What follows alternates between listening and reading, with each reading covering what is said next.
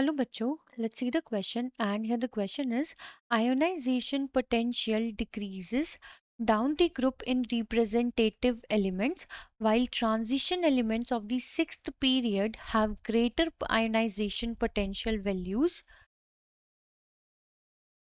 compared to the elements of the fifth period justify। तो होता क्या है बच्चों कि जो हमारी आयनाइजेशन पोटेंशियल है वो डिक्रीज करती है down the group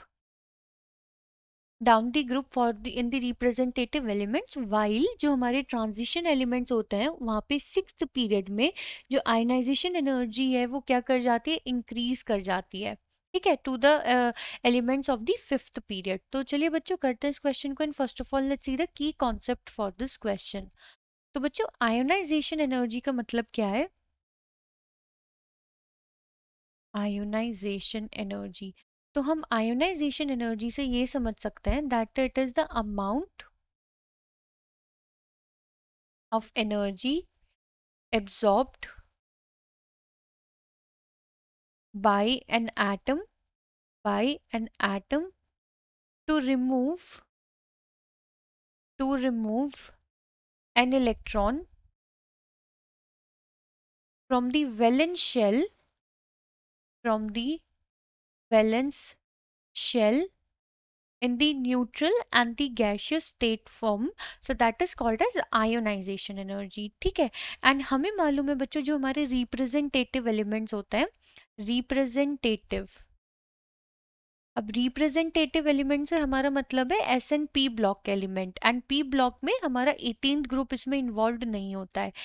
S block and P block except 18th group. ठीक है, तो होता क्या है बच्चों इनमें जो हमारी आयोनाइजेशन एनर्जी या फिर आयोनाइजेशन पोटेंशियल, हम इसे आई से डिनोट कर लेते हैं। तो आयोनाइजेशन पोटेंशियल या फिर आयोनाइजेशन एनर्जी जो है वो क्या करती है, डिक्रीज करती है। ठीक है, क्योंकि बच्चों साइज इंक्रीज करता है तो इलेक्ट्रॉन को रिमूव करने में आसानी होती है। लेकिन हमें बोला जा रहा है कि in the case of transition elements, अगर हम बात करें यहाँ पे ट्रांजिशन एलिमेंट्स की, तो ट्रांजिशन एलिमेंट्स में ऐसा नहीं होता है। जो हमारा फिफ्थ पीरियड है,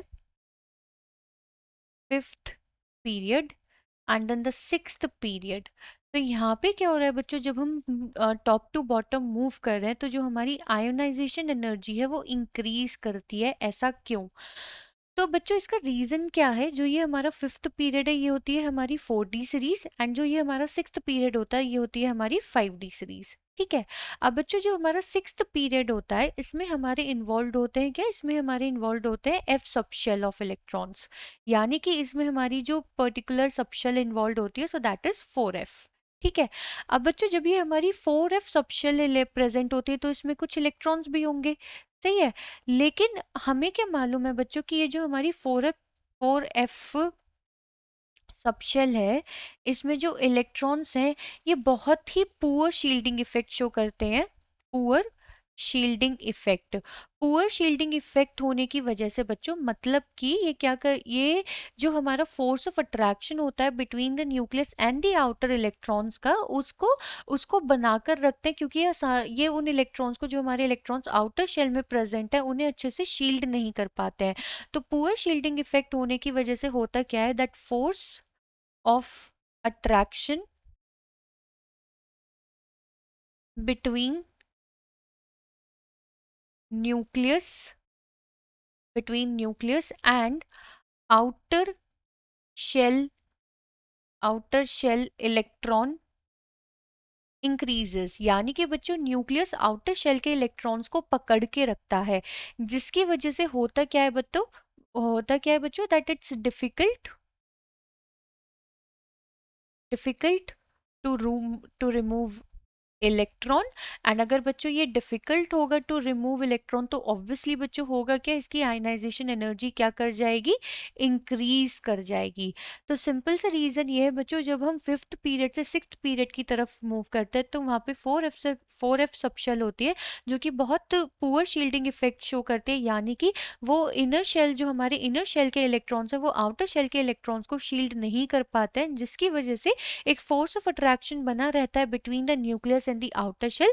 तो जो आउटर शेल में इलेक्ट्रॉन्स है वो इजीली रिमूव नहीं कर पाते हैं, जिसकी वजह से सिक्स्थ पीरियड जो है हमारा, उसकी जो आयनाइजेशन एनर्जी है वो इंक्रीज कर जाती है। आई होप बच्चों आपको ये क्वेश्चन समझ में आ गया होगा। Thank you.